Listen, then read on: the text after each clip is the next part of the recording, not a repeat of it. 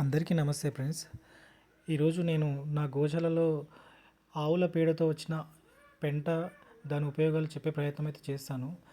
దానికన్నా ముందు నా దగ్గరున్న డైరీ ఫామ్‌లో ఈ ఆవులు బయటికి వదిలినప్పుడు అవి ప్రశాంతంగా కూర్చొని నెమరు వేయడం అయితే జరుగుతుంది.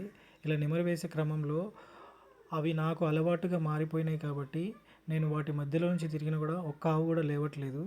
అది న నాకు ఆ ఆవులకున్న ఆప్యాయత వల్ల అవి నన్ను చాలా అయితే మంచిగా చూసుకుంటాయి.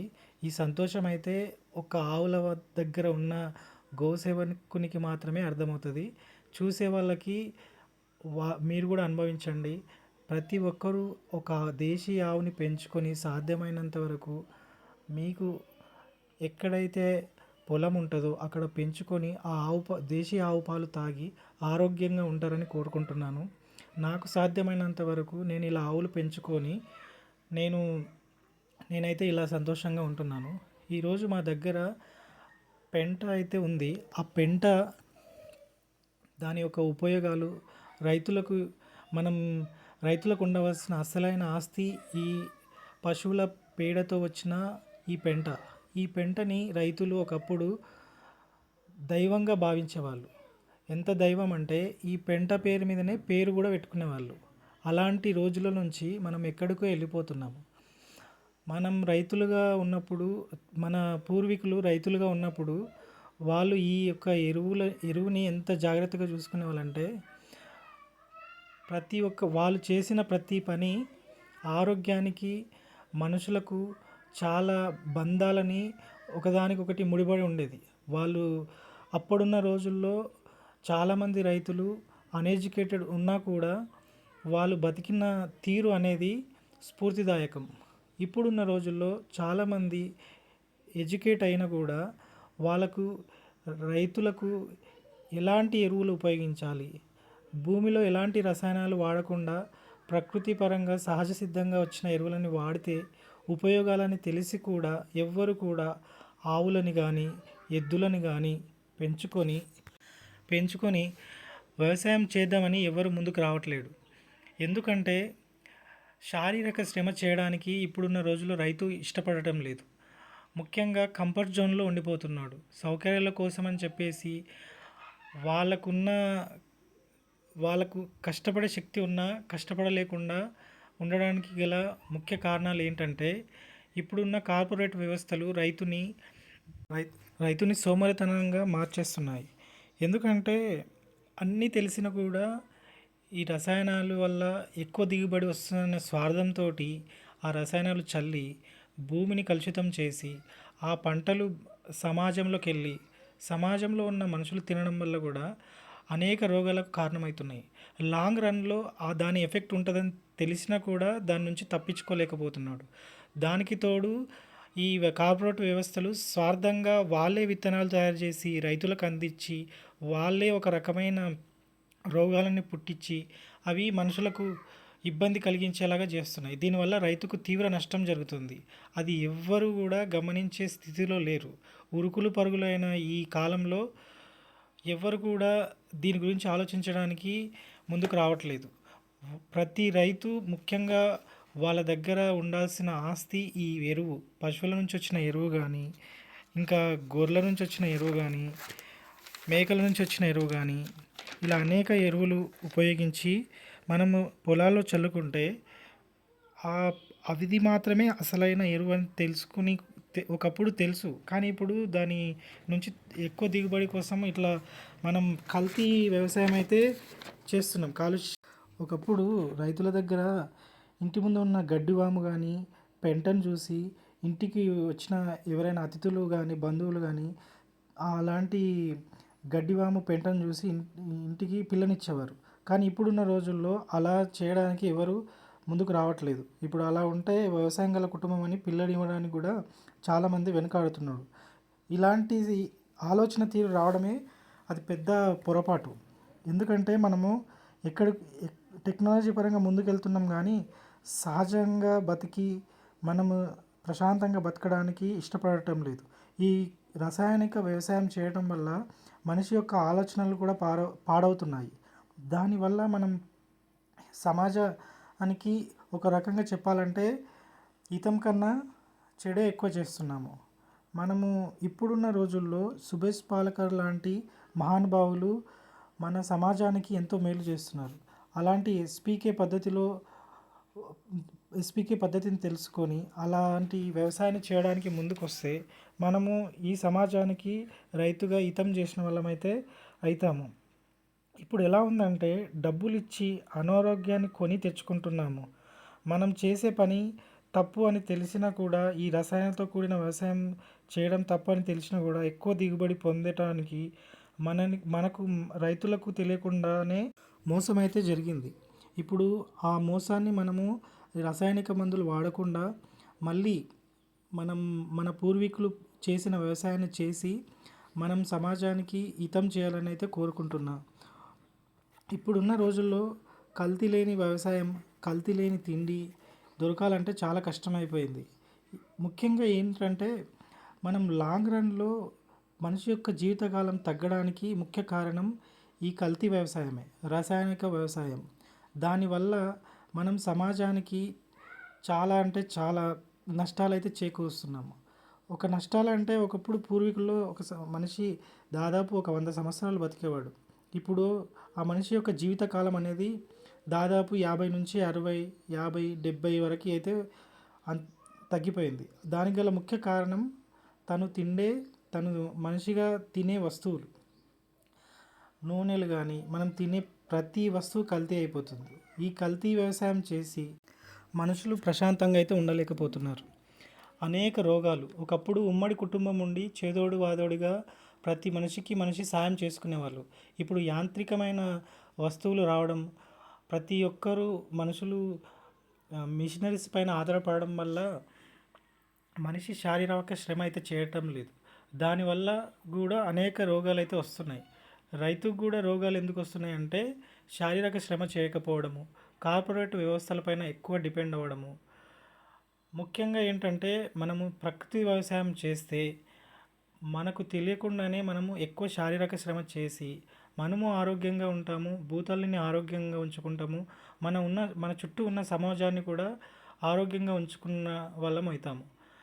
నా దగ్గర ఉన్న ఈ పెంట వచ్చేసి ఆవులు బయటికి తిరిగినప్పుడు ఈ పెంట పైన ఎక్కి కొమ్ములతోటి అయితే ఇట్లా లేపేసి అయితే ఇవ్వడం జరిగింది. అట్లా లేపేసిన క్రమంలో ఆ పైన ఉన్న పెంట మొత్తం కిందికి జారిపోయింది.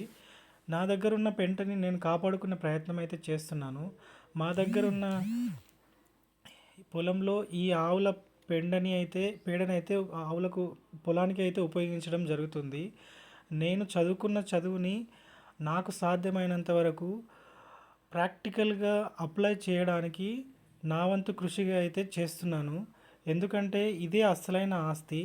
ఈ ఎరువుని మనం పంట పొలాల్లో ఉపయోగించినప్పుడే మనం పండించిన పంటలు కూడా ఆరోగ్యంగా ఉంటాయి. మనిషి తిన్నప్పుడే ఇలాంటి రసాయనాలు లేకుండా భోజనం చేసినప్పుడే మనిషి ఆరోగ్యంగా ఉంటాడు. అప్పుడే మనము సమాజ హితం కోరుకున్న వాళ్ళం అవుతాము. మనం కార్పొరేట్ వ్యవస్థల మీద ఆధారపడకుండా రైతుగా ముందు ఆలోచించాల్సింది ఏంటంటే ప్రకృతి వ్యవసాయంలో శారీరక శ్రమ అయితే ఎక్కువగా ఉంటుంది. అలా ఎక్కువ ఉంటే కూడా మనిషికి చాలా ఆరోగ్యము. ఇప్పుడున్న రోజుల్లో మనం ఎక్కడ బయటికి వెళ్ళి ఎలాంటి ఎక్సర్సైజులు చేయాల్సిన అవసరం లేదు. ప్రకృతి వ్యవసాయం చేస్తే చాలు, మనిషికి కావాల్సినవి అన్నీ దక్కుతాయి. మనము ఏమైపోతున్నామంటే ఏదో ఒక డ్యూటీ అని చేసుకుంటా మనము చేయాల్సిన పని చేసుకుంటలేము. ఇక్కడ చూసారా, నా దగ్గర ఉన్న ఎద్దులు ఇట్లా వచ్చి పేడనైతే ఇట్లా కొమ్ములతో లేపేయడం వల్ల అవి కిందికి జారిపోయినాయి. నేను నా దగ్గర ఉన్న ఈ ఎరువుల ఆవుల పేడనితో కూడిన ఈ ఎరువునైతే కాపాడుకోవడం అయితే జరుగుతుంది. ఇది దాదాపు నేను ఒక 1 ఇయర్ నుంచి ఈ పేడని ఒక ప్లేస్లో అయితే వేయడం జరిగింది. దాదాపు ఒక 5-6 అడుగుల గోతి తవ్వి ఆ గోతిలో ఇలా పేడ అయితే వేయడం జరిగింది. ఆ వచ్చిన పేడని ఇట్లా నేనైతే హైట్గా వేయించుకోవడం అయితే జరిగింది. ఇట్లానే అది పేడ అనేది కిందికి జారిపోయినప్పుడు దాన్ని నేను, మా నాన్న, మా అమ్మ అయితే దాన్ని కాపాడుకుంటున్నాము. రైతుగా మనము ఇలాంటి ఎరువుని కాపాడుకున్నప్పుడే మనం భూతల్లిని కూడా సంతోషపరిచిన వాళ్ళం అవుతాము. ఎందుకంటే రసాయనాలు భూమి మీద చల్లినప్పుడు ఆ భూతల్లి కూడా క్షోభిస్తుంది. ఇలా ఎరువులు చల్లినప్పుడు భూతల్లి అనేది శాంతిస్తుంది. దాని ఇలా ఈ సహజ సిద్ధమైన ఎరువులు వాడితే మనం ప్రకృతి అనేది ప్రశాంతంగా ఉంటుంది. రసాయనాలు వాడినప్పుడు ఆ రసాయనాలు మనం డైరెక్ట్గా తీసుకుంటే ఒక్క రోజులో చనిపోతాము. కానీ అదే రసాయనాలని భూమికి ఇచ్చి భూమి నుంచి మొక్కకు, మొక్క నుంచి విత్తనాలకి వచ్చి ఆ విత్తనం మనం తిన్నప్పుడు ఇండైరెక్ట్గా కొద్ది రోజుల సమయం అయితే తీసుకుంటుంది. ఆ సమయం తీసుకోవడానికి కొంచెం టైం పట్టే క్రమంలో మనకు ముందే మన బాడీ అనేది కొన్ని కొన్ని హింట్ అయితే ఇస్తుంది. కొన్ని రోగాలు వచ్చి దాదాపు చనిపోయే ముందు ఒక 10 సంవత్సరాలు అనేక రోగాలు, అనేక రుగ్మతలకు గురై చనిపోవడం గల ముఖ్య కారణం ఏంటంటే దానికి మూలమైతే ఇక్కడే ఉంది. రైతు పండించే పంట సహజ సరళ సిద్ధంగా ఉన్నప్పుడే రోగాలు తగ్గించుకోవడానికి మూల కారణం అవుతుంది. మనం రసాయనాలతో కూడిన భోజనం చేయకుండా ఉండాలంటే మనము గోవులను కానీ ఎద్దులను కానీ పెంచుకొని సహజ సిద్ధమైన వ్యవసాయం చేసి ఇలా ఆవుల పెంట తయారు చేసుకొని మనము సాధ్యమైనంత వరకు పొలాల్లో చల్లుకొని మనం ప్రశాంతంగా బతికి సమాజ హితం కోసము కృషి చేయాలని నేనైతే కోరుకుంటున్నా. మీకు సాధ్యమైనంత వరకు ఒక దేశీ ఆవును పెంచుకోండి. వ్యవసాయం చేస్తే దానికి మనం న్యాయం చేసిన వాళ్ళం అవుతాము అని నేనైతే కోరుకుంటున్నా. ఇప్పుడు చూడండి, ఇక్కడ మా నాన్న, నేను, మా అమ్మ అయితే మా దగ్గర ఉన్న ఈ పెంటని అయితే కాపాడుకుంటున్నాము. దానిపైకి అని ఒక కుప్పలాగా అయితే పేర్చడం అయితే జరుగుతుంది. ఎందుకంటే నా దగ్గర ఉన్న ఆవులు బయటికి వదిలినప్పుడు ఇక్కడికి వచ్చి ఆ ఆవులను అయితే తొక్కి కొమ్ములతో అయితే లేపేసి కిందికి అయితే జార విడిచినాయి. మేము అవి కిందికి వర్షం పడినప్పుడు వేస్ట్ అవ్వకుండా దాన్ని కాపాడుకునే ప్రయత్నం అయితే చేస్తున్నాము. ఈ ఎండాకాలంలో వరి పంట కానీ మా దగ్గర అన్ని రకాల పంటలు ఏవైతే వేస్తామో ఈ ఎండాకాలంలో అయితే ఈ పెంటను తీసి పొలంలో చల్లడం అయితే జరుగుతుంది. ఈ పెంటని ఒకప్పుడు రైతు పొద్దున్నే లేచి భూతల్లికి ఈ పెంటకి ఎరువుల పెంటకి మొక్కి రైతు అనేవాడు పొలానికి వెళ్ళేవాడు. కానీ ఇలాంటివన్నీ చూడడానికి కూడా కనుమరుగైపోతున్నాయి. చేసేవాళ్ళు అంటే ఇంకా మొత్తానికే లేకుండా పోతున్నారు. మనం పూర్వీకుల నుంచి నేర్చుకోవాల్సింది ఏంటంటే వాళ్ళు ఇచ్చిన అసలైన సహజ సరళ సిద్ధమైన వ్యవసాయాన్ని తిరిగి మనం మళ్ళీ ప్రారంభించాలి. అప్పుడే మనకి మంచి రోజులు వస్తాయి. లేదంటే మనం కష్టాలు అయితే కోరి తెచ్చుకుంటాము. ఇప్పుడున్న రోజుల్లో మనిషి యొక్క బ్రతుకు ఎట్లయిపోయిందంటే తాహతకు మించిన కోరికలు, ఎన్నో బాధ్యతలు, బరువులు, ఒక మర్యాద, గొప్పల కోసం, ఆడంబరాల కోసం బతికే రోజులైతే వచ్చేసినాయి. కానీ తాను అనుకున్నట్టు బ్రతకలేక, చావలేక, నరకయాతన అనుభవిస్తూ బతుకు తెరువు నెట్టుకొస్తున్నాడు. ఎందరో అట్లా మగ్గిపోతున్నారు. అది ప్రతి ఒక్కరికి అయితే తెలుసు. ఏదో ఒక రూపంలో మనిషి స్వతహాగా ఇలాంటి బాధలైతే అనుభవించే రోజులైతే వచ్చేసినాయి. దీనికి ముఖ్య కారణము సౌకర్యాలు, ఆడంబరాలు. సమాజంలో వాళ్ళు అనుకున్న పని చేయలేక ఎవరు ఏమనుకుంటారో అని చిన్న చూపుతనం అని ఇలాంటి రోజులైతే వచ్చేసినాయి. దానివల్ల మనిషి ప్రశాంతంగా బతకలేక, చావలేక, మధ్యలో ఉండి తను అనుకున్నది చేయలేక, పక్కవారిని మెప్పించలేక చాలా అష్ట కష్టాలు అయితే పడే రోజులైతే వచ్చేసినాయి. ఇది ఇక్కడున్న ఎరువు ఏదైతే ఉందో ఇది ఎరువు కాదు, దేవత అని రైతులకై ఒక దైవం అని రైతులు భావించే రోజులు ఎప్పుడైతే వెళ్ళిపోయినాయో అప్పుడే మనకు కష్టాలు అయితే స్టార్ట్ అయినాయి. మన ఫ్రెండ్స్ అందరు చూస్తున్నారు కానీ సబ్స్క్రైబ్ చేసుకోవట్లేదు. మీకు కనుక ఈ వీడియో నచ్చితే కామెంట్ రూపంలో చెప్పే ప్రయత్నం అయితే చేయండి. Thank you. జై గోమాత.